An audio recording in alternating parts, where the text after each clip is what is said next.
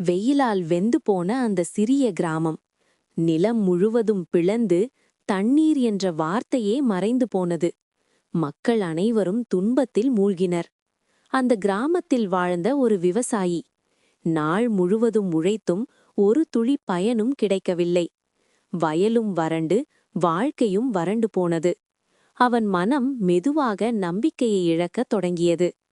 ஒரு நாள் வெப்பம் உச்சத்தை எட்டிய நேரத்தில் அவன் மண்ணில் முழங்காலிட்டு விழுந்தான். கடவுளே, இனி என்னால் முடியாது என்று கண்ணீருடன் வேண்டினான். அந்த நொடியில் திடீரென ஒரு வித்தியாசமான காற்று வீசியது. தூசி மேகம் முழு கிராமத்தையும் மூடியது. அந்த தூசியின் நடுவில் மெல்ல மெல்ல ஒரு மாட்டு வண்டி தோன்றியது. ஆனால் அது சாதாரண வண்டி இல்லை. அது தரையைத் தொடாமல் மெதுவாக மிதந்து கொண்டிருந்தது. அந்த வண்டியின் மீது முகமில்லாத ஒரு மனிதர் நின்றிருந்தார். அவரின் உடல் முழுவதும் ஒரு தெய்வீக ஒளி பரவியது. விவசாயி பயந்தான். ஆனால் அதே நேரத்தில் ஒரு விளக்கமற்ற அமைதி அவன் உள்ளத்தை நிரப்பியது. அந்த மனிதர் மெதுவாக தனது கையை உயர்த்தினார். அந்த கணத்தில் வானம் திடீரென கருமையாக மாறியது. மின்னல் விண்ணியது.